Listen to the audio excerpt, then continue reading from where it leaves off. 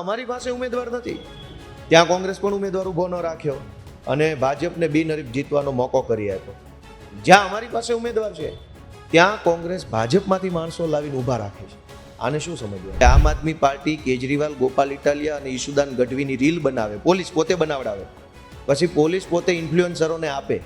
એક reel post કરવાના સુરતમાં લગભગ 4,500 આપે છે. જુનાગઢના પોલીસવાળાએ મારે વાત થઈ તો એવું કહેતા હતા કે 10,000 ફોલોવર હોય તો એક રીલ મૂકવાના 500 રૂપિયા આપે છે ગોપાલ ઇટાલિયા વિરુદ્ધની. બીજા જિલ્લામાં ક્યાંક 500 રૂપિયા ભાવ છે, ક્યાંક 1,500 રૂપિયા ભાવ છે. અલગ અલગ જિલ્લા વાઇઝ અલગ અલગ ભાવ છે. દલાલી ન કરો. ગોપાલ ઇટાલિયાને પબ્લિક નહીં ઈચ્છે તે દિવસે હરાવી દેશે. બાકી તમે એક નહીં 1 લાખ રીલ મૂકશો તો એ વિસાવદરની જનતાએ મને જીતાડ્યો છે. રીલો મૂકવામાં, પૈસા ખર્ચવામાં કશું બાકી નહોતું રાખ્યું. જનતાએ નક્કી કર્યું તો હું જીત્યો ને.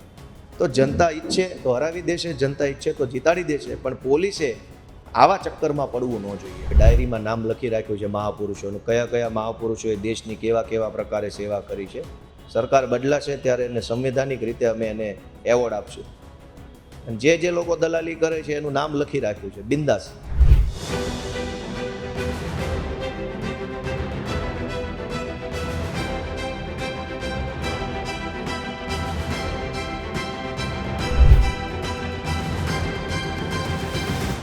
ગુજરાતમાં સ્થાનિક સ્વરાજની ચૂંટણીનો માહોલ જામી ચૂક્યો છે. કોંગ્રેસ, આમ આદમી પાર્ટી, ભાજપ અને બીજી અન્ય પાર્ટીઓ પર ચૂંટણીના મેદાને ઉતરી ચૂકી છે. તો હવે ગોપાલભાઈ ઇટાલિયા જે આક્ષેપ કરી રહ્યા છે, કોંગ્રેસ પર આક્ષેપ છે અને ભાજપ પર આક્ષેપ છે. ગોપાલભાઈ અમારી સાથે છે. ગોપાલભાઈ, કઈ રીતનો આપનો આક્ષેપ છે અને શું મુદ્દો છે?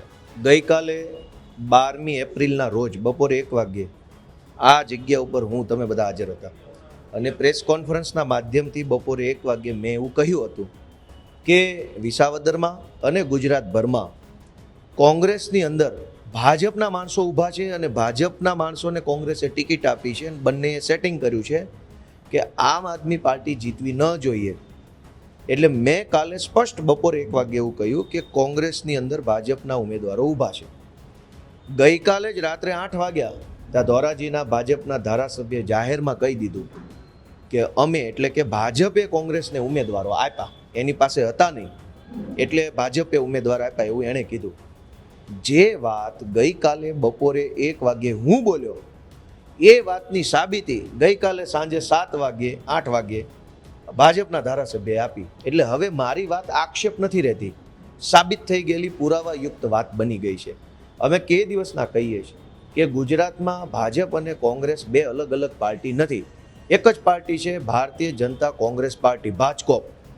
આ ભાજકોપ પાર્ટી જે છે એ દર ચૂંટણીમાં ભેગા મળીને ચૂંટણી લડે છે અને જનતાને છેતર્યા કરે છે. આ વખતે જનતા પાસે એક મજબૂત વિકલ્પ આમ આદમી પાર્ટીના સ્વરૂપમાં આવ્યો છે, તો એ બંને પાર્ટી ભેગા મળીને અમને ચૂંટણીમાં રોકવાની કોશિશ કરે છે. જ્યાં કોંગ્રેસ પાસે ઉમેદવારો નથી ત્યાં ભાજપના માણસોને લઈ આવીને કોંગ્રેસ ટિકિટ આપે છે. જ્યાં અમારી પાસે ઉમેદવાર નથી, કેમ કે અમારી પાર્ટી નવી છે, હજુ સંઘર્ષના રસ્તે છે, અમારી પાર્ટી નાની પાર્ટી છે, એટલે કેટલાક અંતરિયાળ વિસ્તારોમાં, દૂરના ગ્રામ્ય વિસ્તારોમાં, કેટલાક એવા વિસ્તારોમાં અમારી પાસે ઉમેદવાર નથી અને એ સત્ય છે, એમાં કંઈ ખોટું નથી. જ્યાં અમારી પાસે ઉમેદવાર નથી ત્યાં કોંગ્રેસ પણ ઉમેદવાર ઊભો ન રાખ્યો અને ભાજપને બિનહરીફ જીતવાનો મોકો કરી આપ્યો. જ્યાં અમારી પાસે ઉમેદવાર છે ત્યાં કોંગ્રેસ ભાજપમાંથી માણસો લાવીને ઊભા રાખે છે. આને શું સમજવાનું? આપને શું લાગે છે કે કોંગ્રેસ અને ભાજપ બંને સાથે મળીને જો આમ આદમી પાર્ટીની સામે ચૂંટણી લડી રહ્યા છે તો આમાં ફાયદો કોનો, કોંગ્રેસનો થશે, ભાજપનો થશે? આમાં ભાજપ અને કોંગ્રેસ દરેક ચૂંટણીમાં ભેગા મળીને એટલા માટે લડે છે કે ગુજરાતમાં કોઈ નવો વિકલ્પ ઊભો થવા દેવા માગતા નથી. એટલે વિકલ્પના અભાવે જનતા લાચાર બનીને મજબૂરીમાં ભાજપ અથવા કોંગ્રેસની વચ્ચે ફૂટબોલ બનેલી રહે. એ બંને એવું ઈચ્છે છે કે કોઈ ત્રીજી પાર્ટી અહીંયા ઊભી જ ન થવી જોઈએ.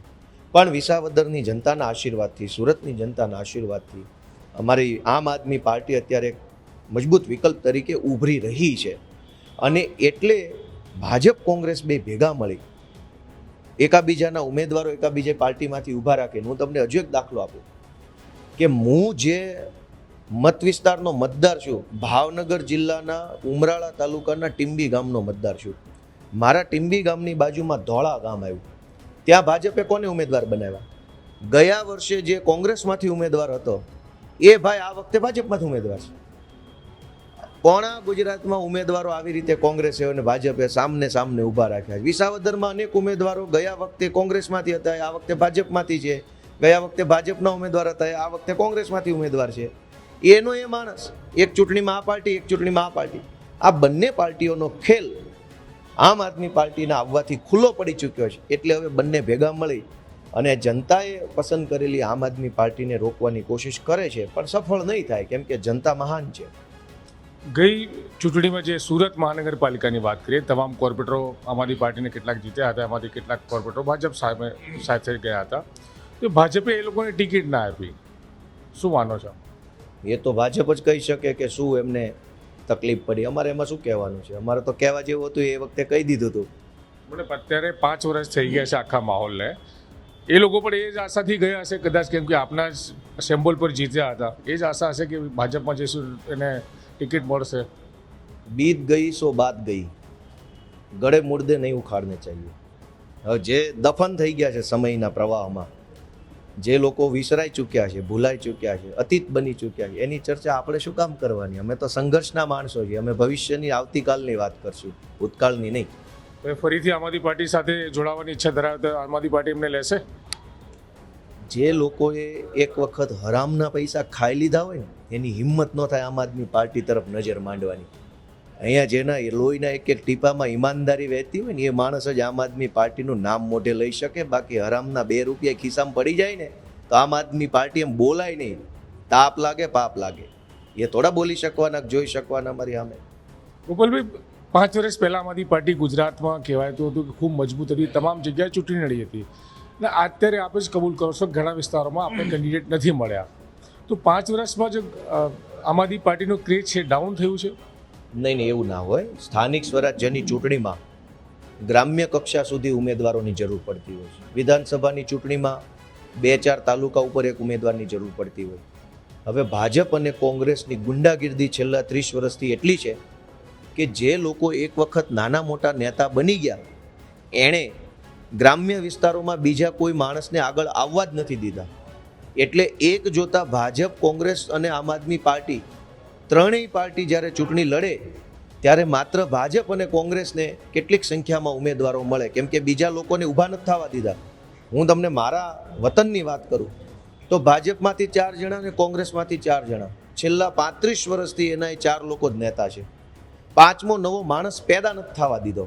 આ 2-4 બે બાજુની પાર્ટીના 4 લોકો ગુંડાગીર્દી કરે, જ્ઞાતિના નામે ધમકાવે, પોલીસના નામે ધમકાવે, તારું કામ નહીં થવા દઉં, તને આમ કરી નાખીશ, એમ કહીને ધમકાવે. અને અનેક ગામડાઓમાં નવી લીડરશિપ ઊભી નથી થવા દીધી. એટલે ભાજપ કોંગ્રેસને ઉમેદવાર મળે, અમને ન મળે, કેમ કે નવો માણસ તાત્કાલિક ક્યાંથી લાવવાનો? તેમ છતાંય હું તમને ગર્વ સાથે કહું કે ગુજરાતના ઇતિહાસમાં પહેલી વખત બિન ભાજપી, બિન કોંગ્રેસી આમ આદમી પાર્ટી દ્વારા 6000 કરતાં વધુ ઉમેદવારો સ્થાનિક સ્વરાજમાં મૂકવામાં આવ્યા. ગુજરાતના આટલા 40 વર્ષના ઇતિહાસમાં ક્યારેય કોઈ ત્રીજી પાર્ટીએ 6000 ઉમેદવારો ઊભા નથી રાખ્યા. અમે ઊભા રાખ્યા. અમે એટલા નવા નેતા સમાજમાંથી પેદા કર્યા, સમાજમાંથી ગોતી કાઢ્યા, એવા નવા નેતાઓને પ્લેટફોર્મ આપ્યું. એ ગર્વભેળું કામ અમે કર્યું છે. ગોપાલભાઈ, આપણી ટાર્ગેટમાં પોલીસ ખૂબ રહે છે, તો પોલીસનો શું રોલ છે આ ચૂંટણીઓમાં? પોલીસનો બહુ જ ખરાબ રોલ છે આ વખતે. આ ખરેખર લોકશાહી માટે ખરાબ બાબત છે. આમ આદમી પાર્ટી, ભાજપ, કોંગ્રેસ બધું ચાલતું રહેવાનું છે. આ કંઈ પૂરું થાય એમ જ નથી. પાર્ટીઓ નવી નવી આવશે, નેતા નવા નવા આવશે, પણ પોલીસ પોતે જો ભાજપની દલાલી કરવા લાગી જાય તો નુકસાન માત્ર ગોપાલ ઇટાલિયાનું નહીં થાય, નુકસાન લોકશાહીનું થવાનું છે. અત્યારે આખા ગુજરાતની પોલીસમાં SOG, LCB, crime બ્રાન્ચને Harsh Sanghavi દ્વારા એક કોન્ટ્રાક્ટ આપવામાં આવ્યો છે કે આમ આદમી પાર્ટી કેજરીવાલ, ગોપાલ ઇટાલિયા અને ઈશુદાન ગઢવીની રીલ બનાવે, પોલીસ પોતે બનાવડાવે, પછી પોલીસ પોતે ઇન્ફ્લુએન્સરોને આપે. એક રીલ પોસ્ટ કરવાના સુરતમાં લગભગ 4500 આપે છે. જુનાગઢના પોલીસવાળાએ મારે વાત થઈ તો એવું કહેતા હતા કે 10,000 ફોલોવર હોય તો એક રીલ મૂકવાના 500 રૂપિયા આપે છે ગોપાલ ઇટાલિયા વિરુદ્ધની. બીજા જિલ્લામાં ક્યાંક 500 રૂપિયા ભાવ છે, ક્યાંક 1500 રૂપિયા ભાવ છે. અલગ અલગ જિલ્લા વાઇઝ અલગ અલગ ભાવ છે. આ બધી રીલો બનાવડાવવાનું, આ રીલો ઇન્ફ્લુએન્સરોને ડરાવી, ધમકાવી, લલચાવી એની પાસે પોસ્ટ કરાવવાનું કામ એલસીબી, એસઓજી, ક્રાઇમ બ્રાન્ચ કરે છે. અને એમને બિલકુલ શરમ નથી કે એ લોકો ભારત વિરોધી કૃત્ય કરે છે, સંવિધાન વિરોધી કૃત્ય કરે છે. એમને જરાક લાજ શરમ હોય તો ઊભા રહી જાય. તમે યુનિફોર્મ પહેરીને આવેલા માણસો છો, ભારતનો રાષ્ટ્રીય ચિહ્ન ટોપી પર લાગેલું છે. દલાલી ન કરો. ગોપાલ ઇટાલિયાને પબ્લિક નહીં ઈચ્છે તે દિવસે હરાવી દેશે. બાકી તમે એક નહીં 1 લાખ રીલ મૂકશો તો એ વિસાવદરની જનતાએ મને જીતાડ્યો છે. રીલો મૂકવામાં, પૈસા ખર્ચવામાં કશું બાકી નહોતું રાખ્યું. જનતાએ નક્કી કર્યું તો હું જીત્યો ને. તો જનતા ઈચ્છે તો હરાવી દેશે, જનતા ઈચ્છે તો જીતાડી દેશે, પણ પોલીસે આવા ચક્કરમાં પડવું ન જોઈએ. તો આમ આદમી પાર્ટીના નેતાઓને, કાર્યકર્તાઓને કઈ રીતે પોલીસ ટોર્ચર કરે છે? રીલ તો ઠીક છે, રીલ મૂકે છે, આપનું કેવું છે રીલ મૂકે છે, ટોર્ચરિંગ પણ કરવામાં આવે છે. હવે એમાં હું તમને હાવ સાચી વાત કહી દઉં ને તો ભલે અત્યારે એ તે હર્ષ સંઘવીના ખોળામાં બેસીને દલાલી કરી લેતા, અમે હિસાબ રાખ્યો છે, ડાયરીમાં નામ લખી રાખ્યું છે મહાપુરુષોનું, કયા કયા મહાપુરુષોએ દેશની કેવા કેવા પ્રકારે સેવા કરી છે. સરકાર બદલાશે ત્યારે એને સંવૈધાનિક રીતે અમે એને એવોર્ડ આપશું. અને જે લોકો દલાલી કરે છે એનું નામ લખી રાખ્યું છે, બિંદાસ. અત્યારે તમારામાં જે તાકાત હોય વાપરી લો અમારા ઉપર. અમે ધરતી ધાવીને મોટા થયેલા માણસ છીએ, બી નથી જવાના. જેલથી, પોલીસથી, દંડાથી, એફઆઈઆરથી બિલકુલ અમારું એક વાળ ન હલે. પણ સરકાર બદલાશે તે દિવસે તમે ક્યાં મોઢા અંતાડશો ને લખીને રાખજો તમારી ડાયરીમાં. બસ આટલી જ વિનંતી છે. બાકી કંઈ સરકારોથી કે સરકારોની પોલીસથી બી જાય તો આ દેશમાં આઝાદી ક્યાં આવવાની હતી? અંગ્રેજોએ પોતાની પોલીસ છૂટી મૂકી હતી, સરદાર પટેલ પાછળ, ગાંધીજી પાછળ, ભગતસિંહની પાછળ. તો શું દેશમાં આઝાદી ન આવી? આવીને ગુજરાતમાં આવશે. ભાજપથી ગુજરાત આઝાદ થશે અને ભાજપની દલાલી કરનારા લોકોને સંવૈધાનિક સજા થશે. તો બિલકુલ આ તો ગોપાલ ઇટાલિયા વિસાવદરથી આમ આદમી પાર્ટીના ધારાસભ્ય છે, તેઓ દ્વારા જે કોન્ફરન્સ કરવામાં આવી છે અને સીધી રીતે આક્ષેપ છે, અને જે ભાજપના ધારાસભ્યએ પણ કબૂલ કર્યું છે કે ભાજપ તરફથી કોંગ્રેસના કેન્ડિડેટ ઊભા કરવામાં આવ્યા છે, અને એ આક્ષેપ પહેલાં ગોપાલ ઇટાલિયાના હતા, પછી સાબિતી ભાજપના ધારાસભ્યએ આપી છે, એવું ગોપાલભાઈ ઇટાલિયાનું કહેવું છે. સાથે સાથે ગુજરાત પોલીસ જે રીતે ભાજપ માટે કામ કરી રહી છે અને આમ આદમી પાર્ટીની રીલો પણ જે છે મૂકવામાં આવી રહી છે, પૈસા આપીને કરવામાં આવી રહ્યું છે, તે પણ આક્ષેપ ગોપાલભાઈ ઇટાલિયા કરી રહ્યા છે. સંજય સિંહ રાઠોડ, ગુજરાત તક, સુરત.